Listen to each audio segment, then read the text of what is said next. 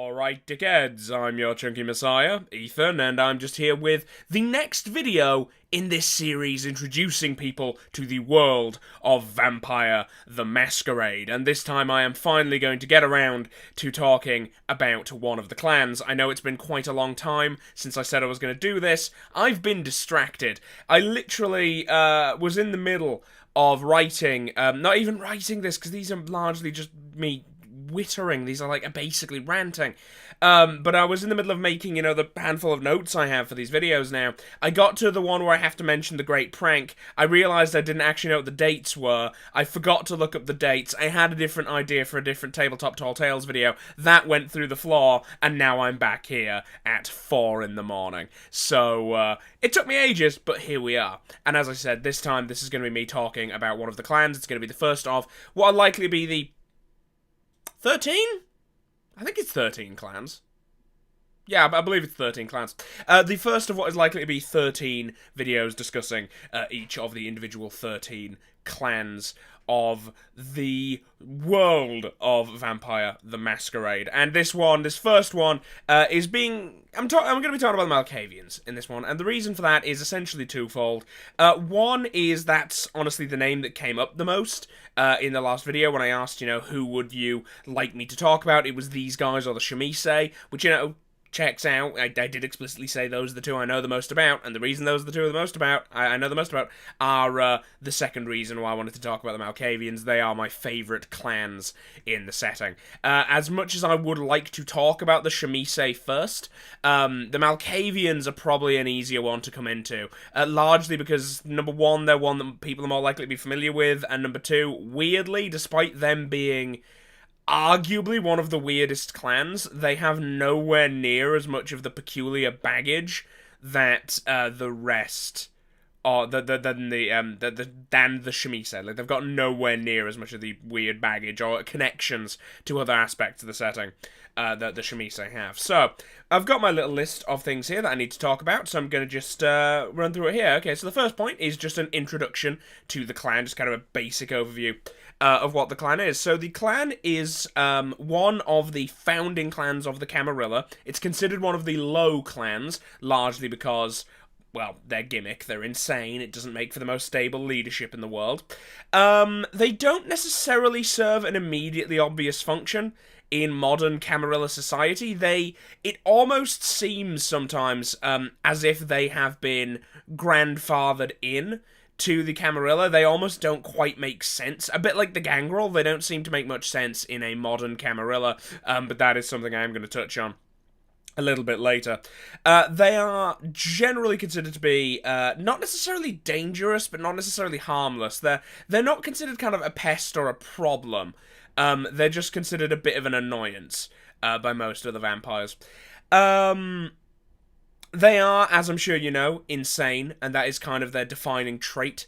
That is very much their whole deal. And I would say that they are one of the clans that is almost literally defined by their clan weakness. There's a few clans in Vampire the Masquerade that I think kind of have really bizarre, well, not bizarre clan weaknesses, but clan weaknesses that aren't really particularly important, to the point which I tend to forget about them a lot.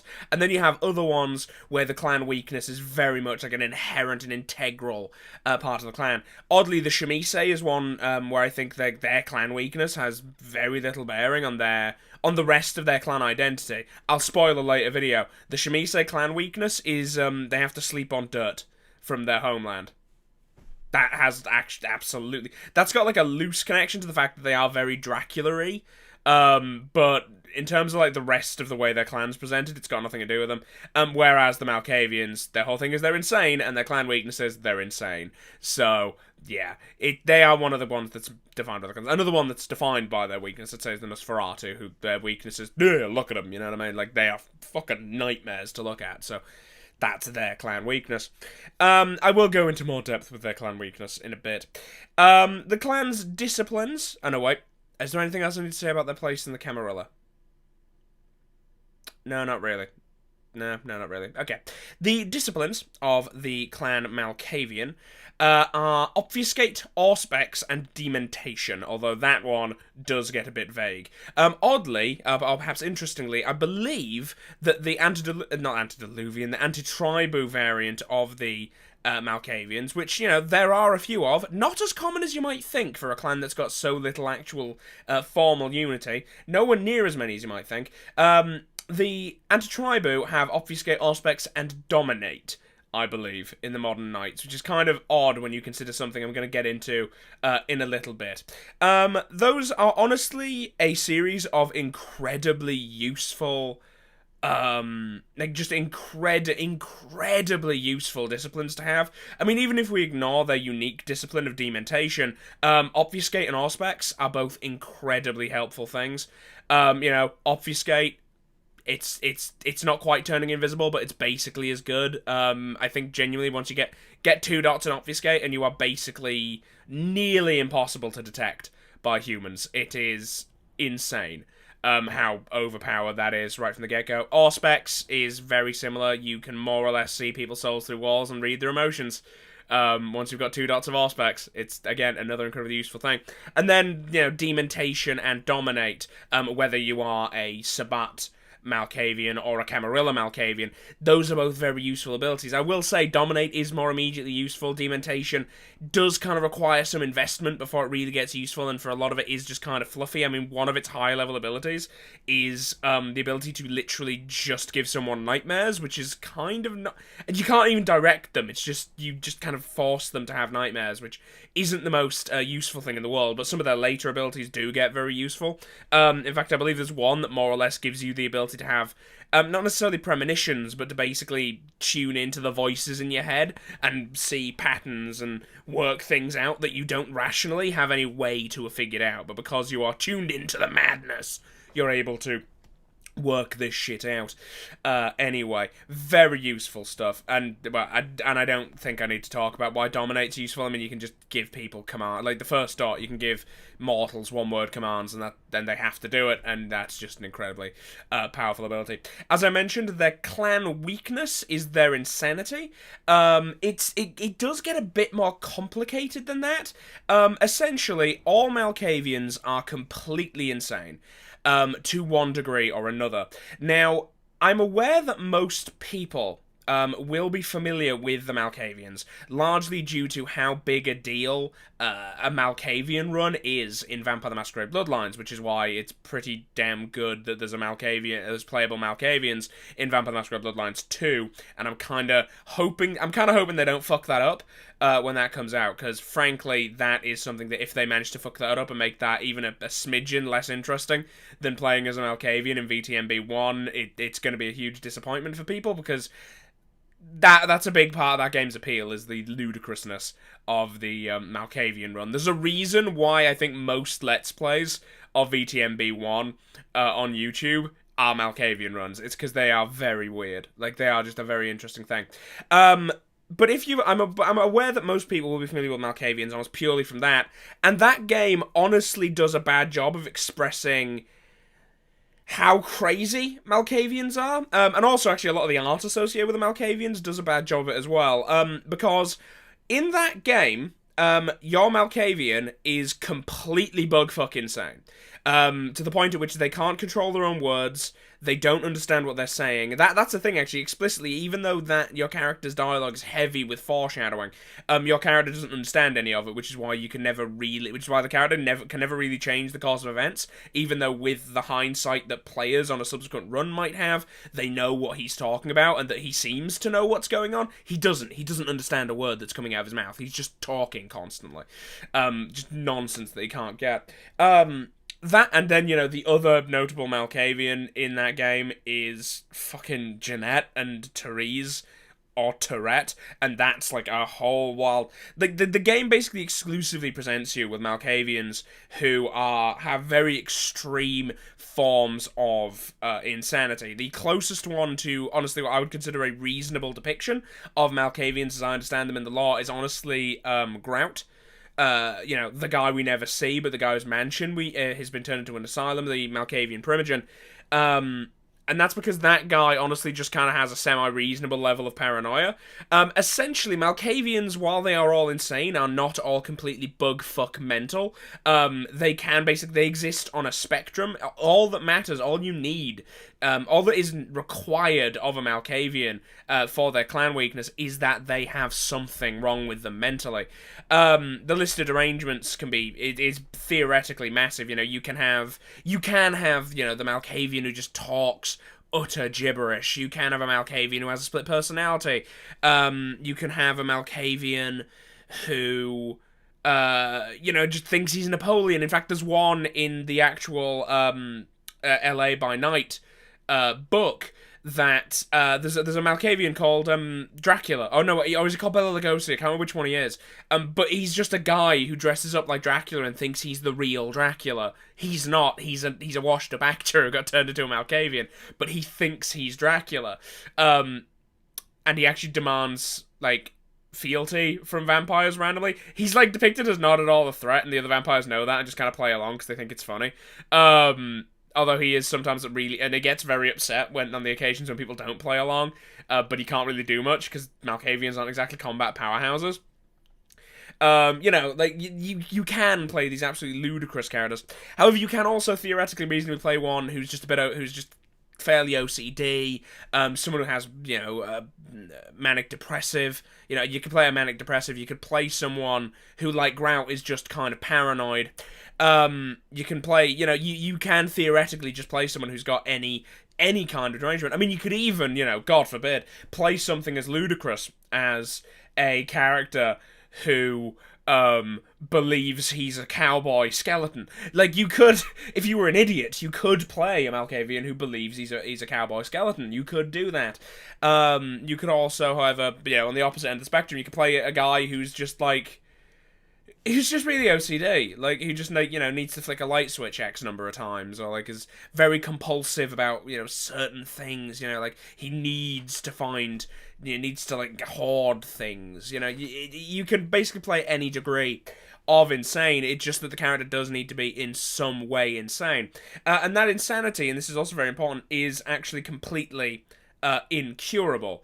You can give them, and you could put them through exactly what might cure them of their exact problem if they were a human, and it just wouldn't work because they are inherently impossible to break them out of their insanity because it's literally part of their blood, to the point at which if you use the discipline Auspex on a Malkavian, because Auspex allows you to basically read souls via how they look, you can visually just see them. Their aura is perpetually swirling and flashing with colours, which is the symbol, essentially the Auspex reading of an insane person. They constantly look like they're insane, and that is just permanent for them, because it can never be cured. In the games that I played, we kind of had a bit of a house rule, a bit of house law, which I honestly thought was quite interesting, but it very rarely came up, which was the idea that you could technically cure a Malkavian of their insanity. The problem is that you couldn't make one sane. So the issue would be you would cure them of their insanity, but that would then immediately be replaced with something else that could very well be worse and probably would be. For a while, my character Mastiff, the aforementioned idiot cowboy skeleton, there was a chance, there was a character in the party who was actually convinced they were going to talk him out of the idea he was a skeleton, and I actually specifically had, me and the GM had worked out what would happen to Mastiff vis-a-vis his insanity if he was cured, and he was basically going to turn into the Joker. He was basically going to become a massive problem if his insanity broke. And there was another character in that same setting, an NPC called Marcus, who believes he was an Inquisitor. His insanity is essentially delusional levels of denial, and his thing was that if he got cured, he would basically turn into a revenge monster who would just, completely irrational. He just wants to have revenge on everything. Just turns into a huge threat. I think that is a more interesting way of dealing with their insanity, but that is not a law thing. That is as far as the law is concerned, you're just insane like that forever, and you can't ever cure it. An interesting thing about their insanity, though, actually, is that it's also infectious. to one degree or another, namely that it is dangerous to drink Malkavian blood, because you will inherit an aspect of their insanity. After you've drank Malkavian blood for a while, if you are blood bonded specifically to a Malkavian, you will be insane. You will be subject to the insanity, to the madness of Malkav for a short time until the blood bond wears off. Now, again, this is something that in the game's rules, it's not even necessarily related to them, but in the way that I've always played it, you more or less got a variation of their insanity. If you drank a Malkavian's blood. Same, actually, if you were subjected to their Dementation abilities that kind of gave you nightmares. You know, when Mastiff used that power on people, they had nightmares of burning skulls. You know, it wasn't just that they just had their own nightmares. It was like, the idea was it was someone else's insanity invading them, which, again, makes more sense, especially when you know some more things about the Malkavians' lore, that it would be their insanity invading other people if you're messing with their mind by basically infecting them with your madness. That checks out to me. But yeah, that's like a house rule that it's relevant to their insanity. But yeah, that is one of the things. It's also actually worth noting that even humans, like ghouls, who drink Malkavian blood will be kind of crazy. Which is actually why in VTMB, Heather, it's why if you play Malkavian, she's weird and she starts talking strangely. It's because she's getting the madness. Yeah, she's being infected with the madness of Malkav. In terms of their clan identity and structure, to be a bit more specific, they really don't have one. They are a peculiar bunch, because when it comes to the other clans, the clans often gravitate towards specific roles in the Camarilla based on their strengths. The clans develop specific personalities, like certain specific personality types that are incredibly common among that clan, to the point at which it becomes kind of confusing as to whether or not is the blood shaping them in that way, or is it that they recruit people who have these traits. You know, like the Tremere, you know, typically recruit secretive nerds, you know, and they are secretive nerds. So the question is that the blood of House Tremere, of Clan Tremere, making them that way, or is that just who they're recruiting? Same with the Ventru, you know, does their blood make them imperious arseholes, or is it the fact that they explicitly recruit imperious arseholes? It's kind of, or is it just that the society, that's what the society expects of them, you know? The Malkavians don't really have that. Obviously they have the insanity, but there's no unity, you know? If you are a perfect, and they also don't inherently sire insane people. I believe in the instances that they do, they don't get a new insanity. It just, like, basically fixes, like, solidifies that insanity that they have as an inherent part of them.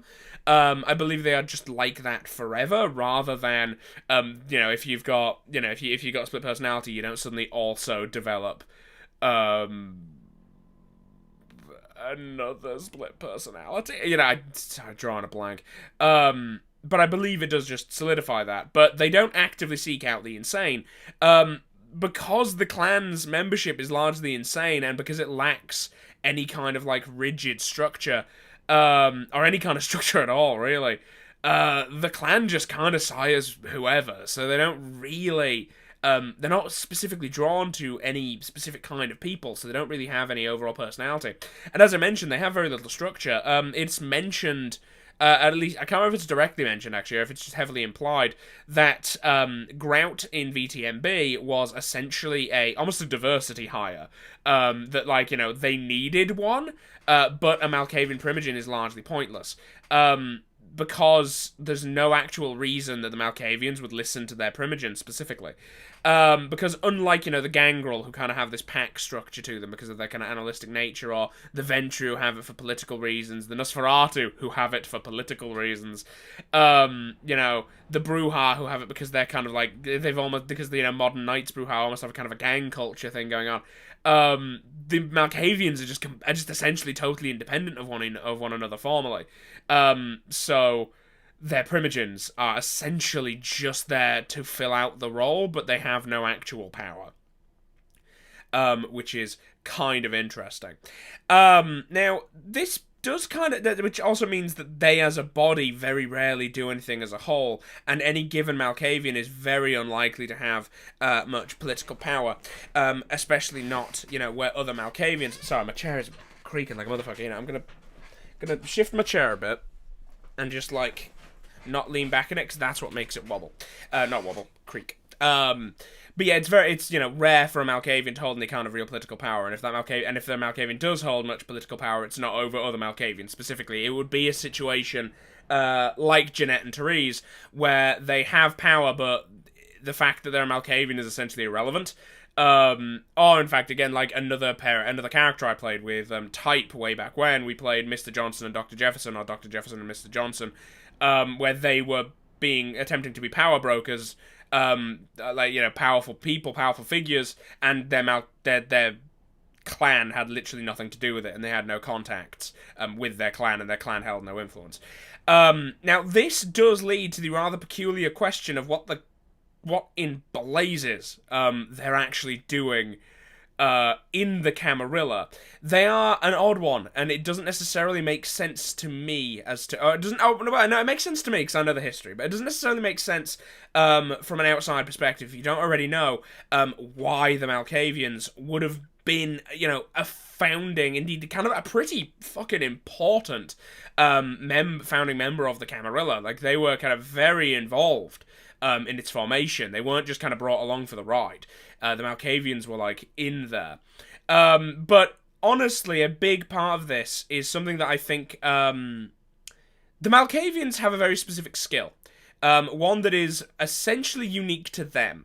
And one that, unfortunately, isn't all that useful in the modern knights. And that is that they are seers of a fashion, and this is evidenced again. I'm using a lot of examples from VTMB, but this is evidenced again in the fact that, you know, you get voices whispering into your head through that game, telling you, you know, about people's motivations, warning you about shit that's going to happen, why your character just burbles and clearly knows things he shouldn't know. They have this almost like this gift of prophecy. In fact, the Thin Blood in VTMB, I can't remember her name. I never can remember her name. Rosa or something, I think. But that one that, like, you know, the kind of dark-skinned, dark-haired one. The female one who, like, accosts you a couple of times and says and if you talk to her, it's like the Dark Father is staring over your shoulder. She is a Malkavian Thin Blood. You know, she was turned by a Malkavian, so she has the madness, but in her, the prophecy is a lot stronger than the madness, even if that prophecy is kind of warped and hard to communicate. They have this ability, and it made them incredibly valuable in kind of the basically the pre-industrialized world. However, this isn't something that's confirmed, but I have a theory that the reason that they fell into such unimportance in the modern knights is largely due to an increasingly interconnected modern world, in which essentially their ability to more or less know what's going on over a great distance became more or less irrelevant when, you know, the telephone became incredibly useful, because became incredibly common, because at that point all you need to know what's going on basically anywhere is Nosferatu with a mobile. You know, the ability to have these seers who can predict the future or can see events from a distance and can kind of tell you about it, but can't necessarily tell you it precisely because they're insane. That becomes useless in a interconnected, you know, mass communication world, but is incredibly useful still, and could give you an edge over your political competition in a you know, more technologically backward world. So I think that's I'm pretty sure that's one of the big reasons, and that is why they were very respected in the past, but why they have fallen on somewhat hard times and are lumped in with the low clans as being kind of seen disreputable and kind of hangers-on, you know, not useful in the modern knights as a whole, because they were seers. They still are, but there is a lot less value to that ability in the eyes of wider vampire society in the modern knights. Okay. Now, I'm going to discuss their Antediluvian, because their Antediluvian is one of the strangest things about the Malkavians. One, in fact, and actually, their relationship to their Antediluvian explains a lot about it. It's like it's the reason for a lot of the peculiarities about them, and it's an odd one. So their Antediluvian is called Malkav. Except they're not. Because, unlike most of the Antediluvians, in which their names are known. Now, I don't know the names off the top of the head, because some of them are literally, the name of the clan. Giovanni. That's the name of the Antediluvian. Tremere. That's, I'm pretty sure, basically the name. Actually, no, that's Saulot, because that was the Salubri. Oh, was that Saulot? I think that was Saulot. I get the names mixed up, but some of the clans, their Antediluvian is the name of their clan. Other ones, like the Salubri and like the Salubri, the Nosferatu, and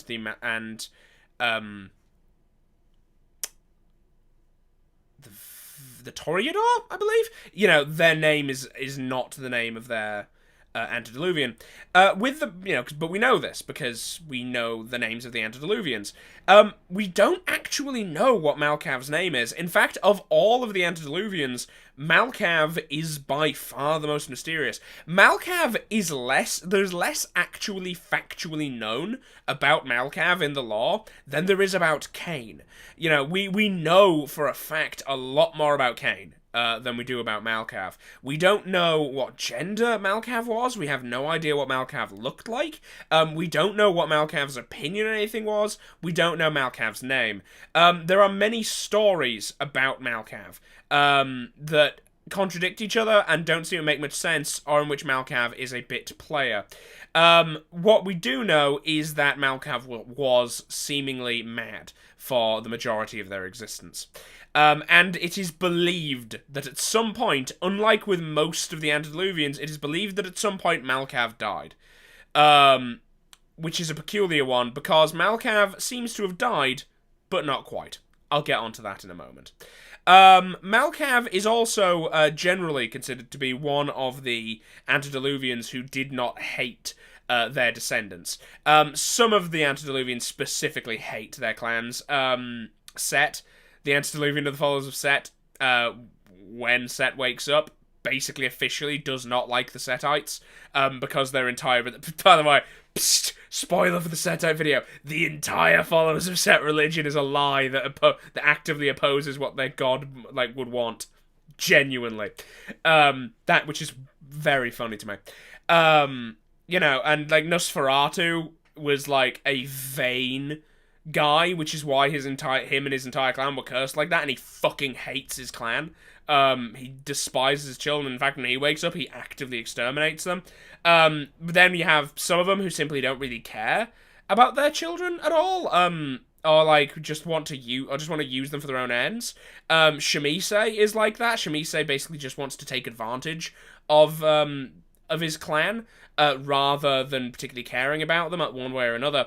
Malkav is one of the few that is generally believed, or generally understood to have been positively disposed towards his children and to care about them. I'm going to say his, because a lot of the time Malkav is referred to as a him, I think because Malkav is a faintly masculine sounding name, even though we do not know what gender Malkav is. I said that Malkav died, but not quite. That's a peculiar thing.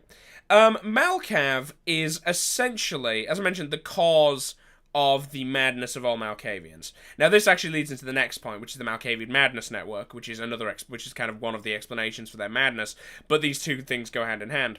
Basically, as the story goes, though I'm not sure how true this is, because again, this is talking about Malkav, and Malkav is deliberately weird canonically, even for VTM.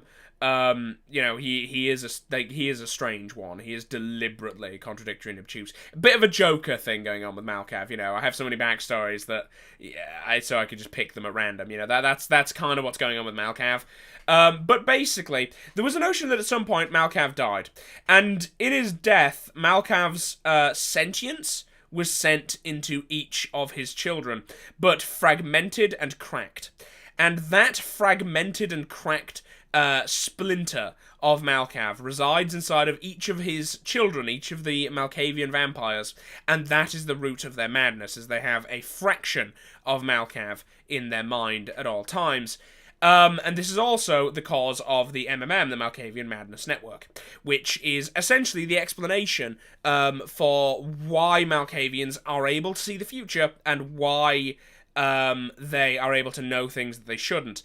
Essentially, while this doesn't necessarily 100% explain everything, the essential explanation for it is that because Malkav is in the mind of every single Malkavian is connected both to Malkav and to each other via a great psychic link. And that is one of the explanations as to what the whispering is that Malkavians always hear and just kind of have to tune out. That isn't necessarily just kind of voices in their head. That isn't actually an insanity. That is the thoughts, the roiling kind of hive subconscious of the entirety of Clan Malkavian.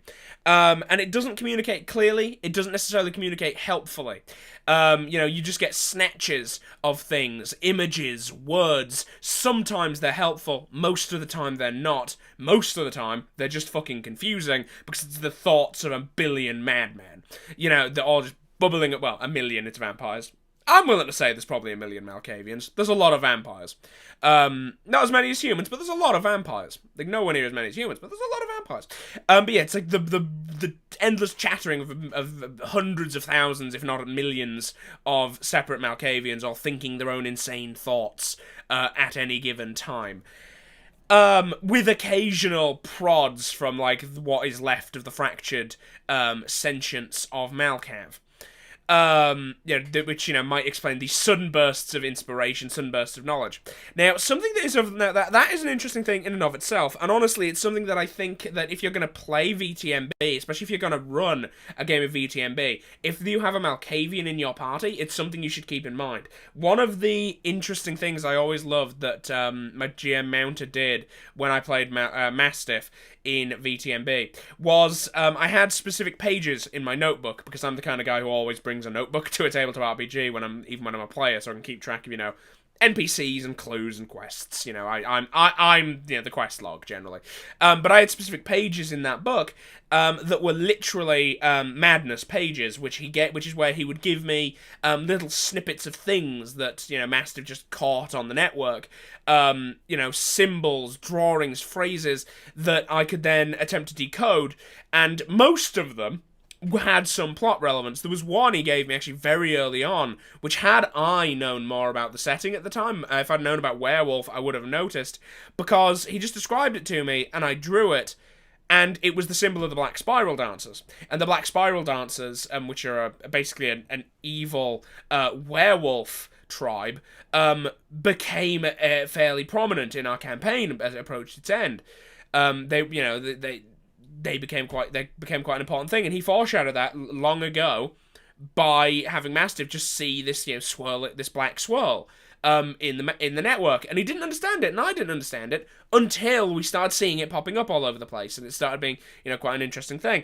We also had, like, little tidbits come, like little phrases that suddenly would just emerge, and I'd just go, oh my god, I know what this is, because, you know, Mastiff heard it like 6 months ago from some other Malkavian who must have just, like, happened upon it. It can also be fun just for, you know, jokes, just for random jokes. Like, I remember once Mastiff just suddenly got a massive urge for KFC and knew precisely what the price of a family bucket was, because the Malkavian Marcus, who thought he was a human inquisitor still, went out and bought himself some KFC. So he just got that from Marcus and just didn't know why, he just desperately wanted KFC.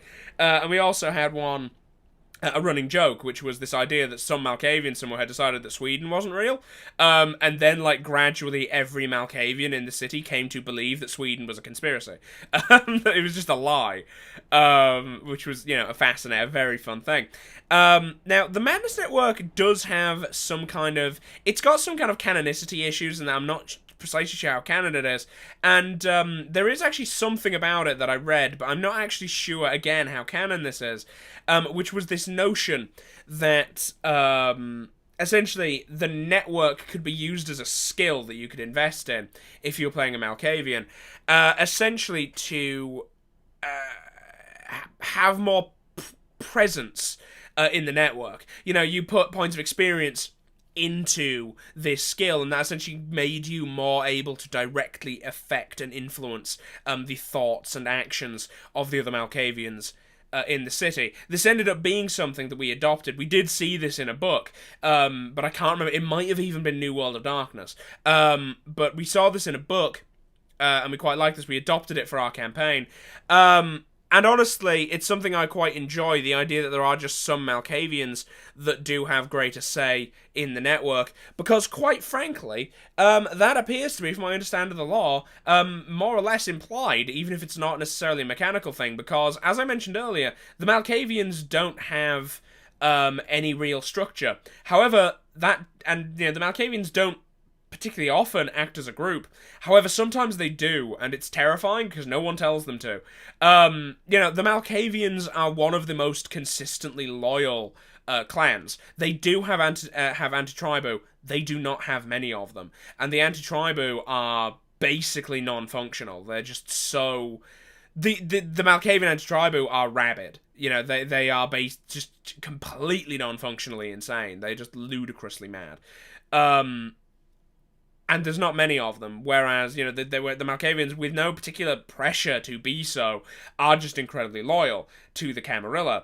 The only clan I can think of that could be considered more loyal to their sect is the Shemisei, and that's just because the standard Shemisei, not including the old clan Shemisei, who are essentially an independent bloodline, the standard Shemisei are completely loyal to the Sabbat. There has been in the law no example of a Shemisei who has ever joined the Camarilla. They're more or less the only clan that could tie with the Malkavians. They beat the Malkavians in a loyalty test. But there's no one making them act like that. There's no one enforcing this loyalty. It seems to just be essentially an effect of the network that they have this kind of low-level hive mind in that regard, that they are Camarilla, they all think that, and so they are. But also, there are occasions in which Malkavians, without anyone telling them to, just show up to shit. They just appear en masse. Drawn, and even they don't necessarily know why they're drawn to a place, but they will just show up. That's more or less the only way that, say, if a city is threatened, that's basically the only way the Malkavians turn up, is they just kind of gravitate towards it. They're just kind of drawn towards it en masse.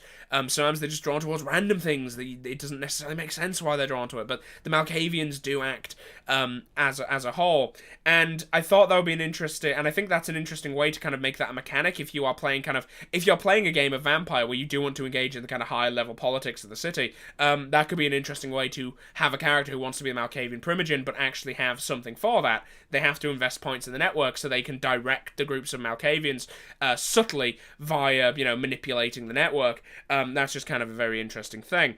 Now, the very last point I want to make here is kind of related to the network, kind of related to Malkav. And it's just like a little bit of lore here, and then I'm going to give you basically my just kind of overall opinion on the Malkavians after this. And actually talk about fish malks, but I'm going to consider that part of my opinion. And that is one of the most interesting and honestly one of the most important lore points, but also something that leads into a level of that has a bit of iffy canonicity about. I'm not sure how much something is canon about this, just because literally multiple different. In different revisions of Vampire the Masquerade, this detail has been kind of flipped back and forth. And that is something called the Great Prank, which was an event that occurred, basically, okay. There was an event called they're called the First Anarch Revolt. There have been, I believe, 2 Anarch Revolts. I'm not getting into them. They're a whole thing. But at some point in kind of the medieval period, in the late medieval period, there was an event called the First Anarch Revolt, which led to the formation of the First Anarchs. The Anarch Revolts both, essentially, though they're caused by different things, and they have very different outcomes and very different events involved in them, they are more or less a reaction to essentially oppression by elder vampires. It's younger generations rising up against the elders, and it tends to turn to an absolute shit show. Both of the Anarch Revolts turn into an absolute shit show, from what I recall. I'm not sure if the current Anarchs are considered part of the Anarch Revolt, or they're just kind of this like consistently existing Anarch faction now. They're not explicitly at war with the Camarilla, so I don't think it's considered an Anarch Revolt. But basically, there was this thing called the Anarch Revolt, and as the Anarch Revolt reached its end, shortly after it reached its end in 1493 at something called the Convention of Thorns, which was an agreement between the Anarchs, the Camarilla, and I believe the Sabbat. Basically, I believe it was basically because, I believe the reason that revolt stopped was that the Inquisition was wiping out vampires left, right, and centre, so the Convention of Thorns happened. It was basically, can we chill out and deal with the fact that the Inquisition is destroying us all, please? Sometime after that happened, very shortly after that happened in 1493, something called the Great Prank happened, which was essentially a bunch of Malkavians, a bunch of very high-level, very powerful Malkavian Methuselahs, I believe 6, from what I read on the wiki, came together, and through means I don't fully understand, changed the clan's discipline. They got rid of Dementation. For the entirety of the clan's existence, up to 1493, the clan had Dementation. Then the Great Prank happened, and they all had Dominate now. This is why you have Dominate Malkavians, is the event of the Great Prank. And that went on for a while. It went on for quite a while. Now, it's not to say that Dementation went away entirely. It just became a thing that, before that, the rare Anti-Tribu had Dominate, and the mainline Camarilla Malkavians had Dementation. Now, the Camarilla Malkavians had Dominate, and the Anti-Tribu had Dementation. So the clans, the main clan, had Dominate now, instead. This went on for a while. This went on for a long time. This went on till 1997.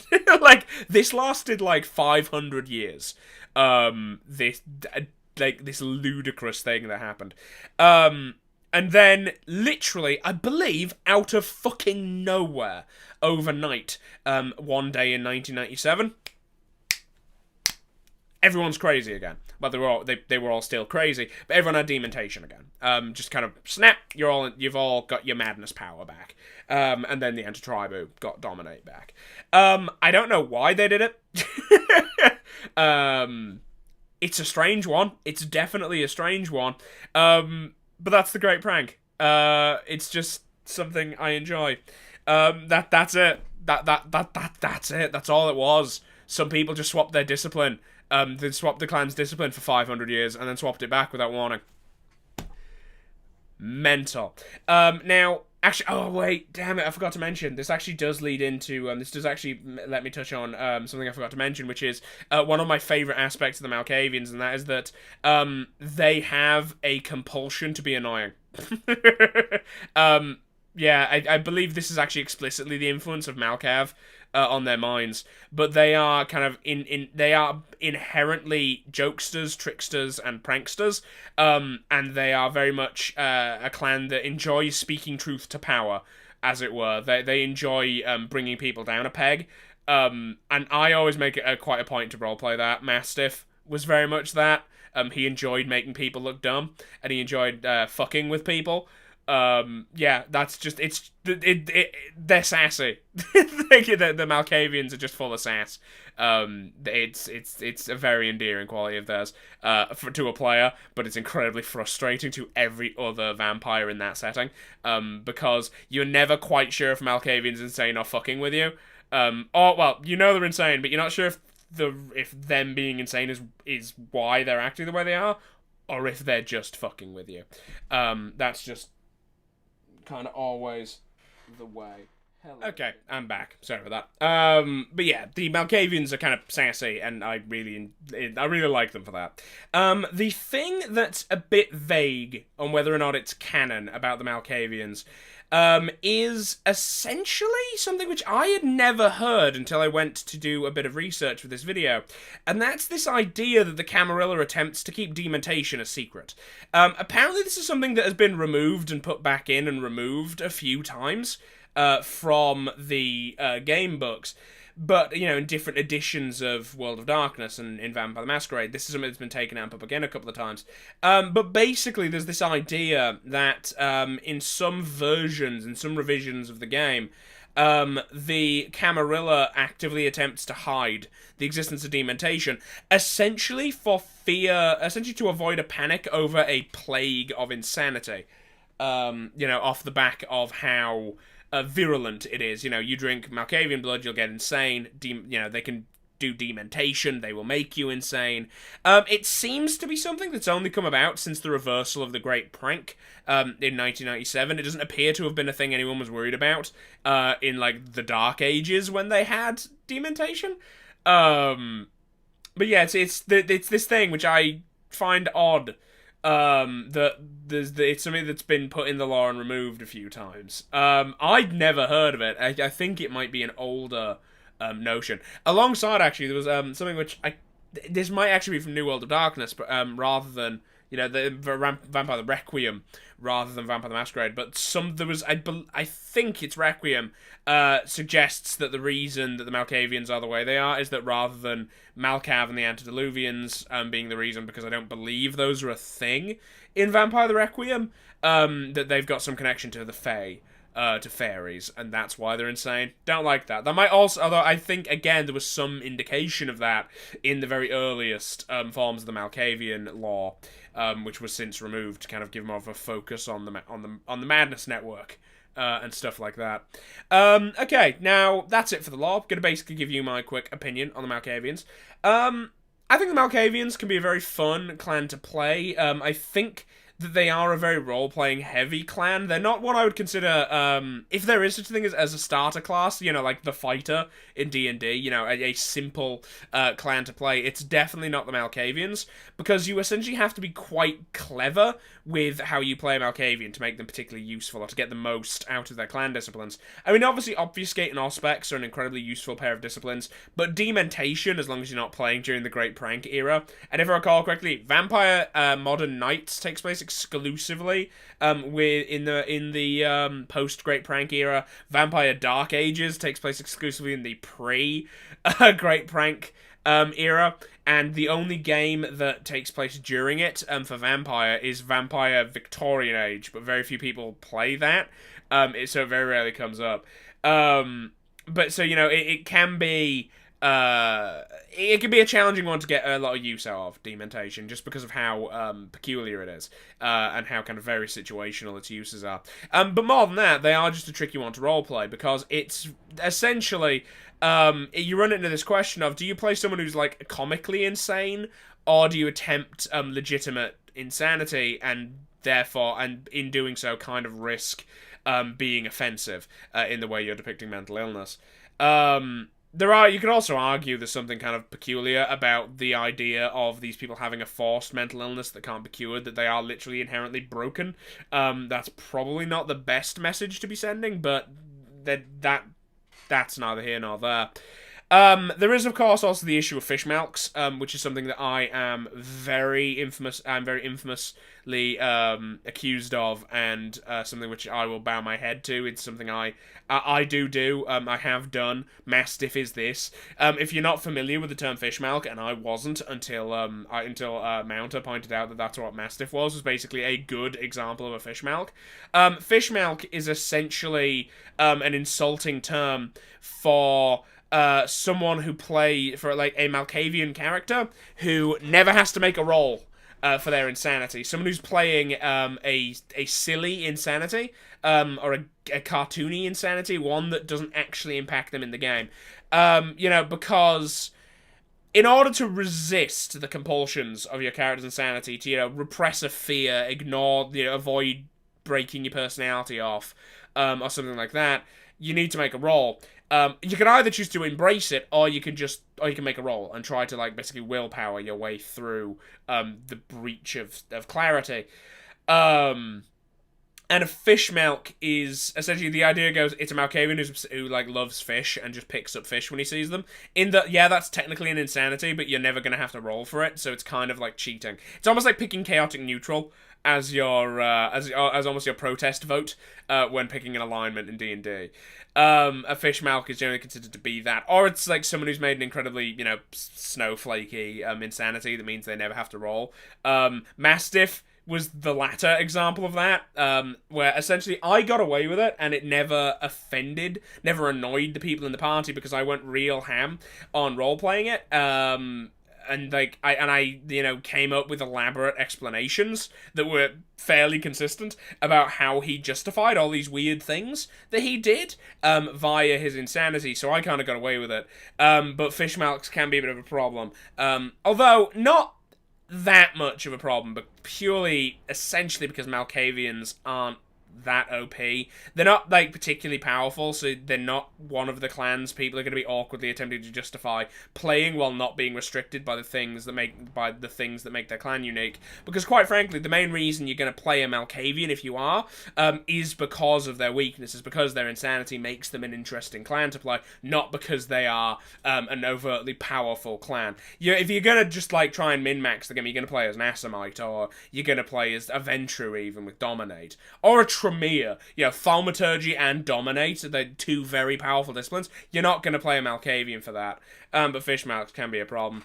But yeah, because they're so role-playing heavy, and because their kind of unique discipline is very situational, and actually their derangement, if you're not playing a fish milk, their clan weakness can be so almost crippling. In some instances, if you pick a severe enough one, or if you let the GM decide it for you, they're not one I would suggest to new players.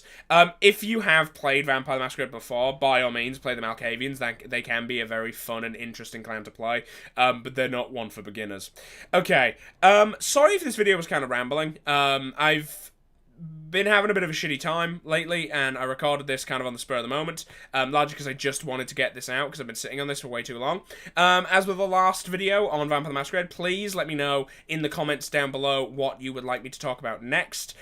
Probably a clan video is probably what I'm going to do next, but I'm not sure what.